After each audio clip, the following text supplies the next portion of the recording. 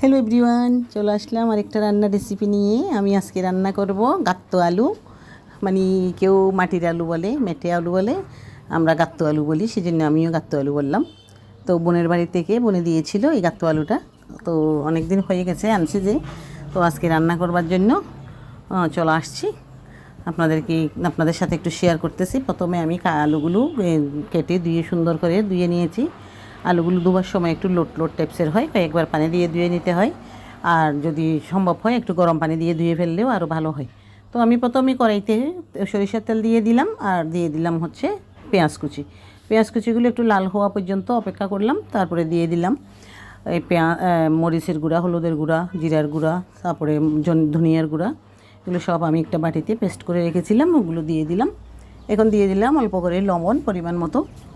তো আর একটু ভালো করে কষিয়ে নেব। কষিয়ে নেওয়ার পরে আমি এই পর্যায়ে এখন দিয়ে দেব শুটকি। একটু শুটকি দিয়ে রান্না করতে হয়, শুটকি দিয়ে দেব। মাছ দিয়েও রান্না করা যায়, আবার মাংসের মধ্যেও দেওয়া যায়, কিন্তু আমি শুটকি দিয়ে রান্না করতেছি। তো এগুলো হচ্ছে যে রিসে শুটকি, এগুলো হচ্ছে ভালো, তরকারিতে অল্প করে দিলেও তরকারিটা টেস্ট আসে।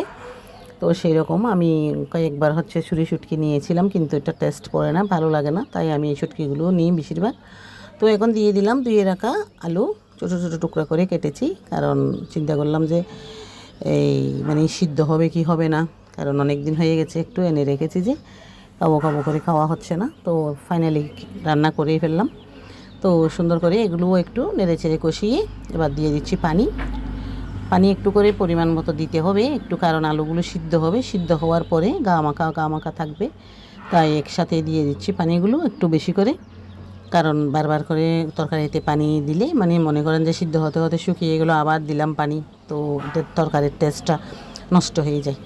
তো সেজন্য আমি একসাথে পানিগুলো দিয়ে দিয়েছি। এই যে তরকারি আলু একদম সিদ্ধ হয়ে গেছে, অনেকগুলো আলু সিদ্ধ হয়ে ভেঙেও গেছে, মানে নরম হয়ে গেছে একদম, যেটা ভয় পেয়েছিলাম যে মানে মনে হচ্ছে আলুগুলো সিদ্ধ হবে না, খাওয়া যাবে না। তারপরও মানে রান্না করে ফেলেছি সাহস করে, খাওয়া গেলে গেল, না গেলে আর কি করা। তো দেখতেছি যে না, সেই বইটা আমার কেটে গেছে।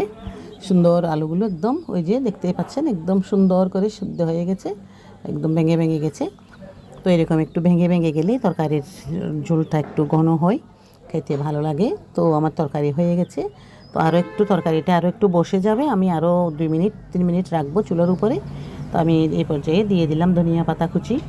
তো ধনিয়া পাতা কুচি দিয়ে আমি আসলে ভিডিওটা অফ করব, কারণ আমার একটু অন্য কাজেরও আছে, অন্য কাজও করতেছি, তাই এই তো তরকারিটা আরও একটু ঘন হয়ে যাবে। ভালো লাগলে একটু লাইক কমেন্ট করবেন। ধন্যবাদ সবাইকে এতক্ষণ সঙ্গে থাকার জন্য।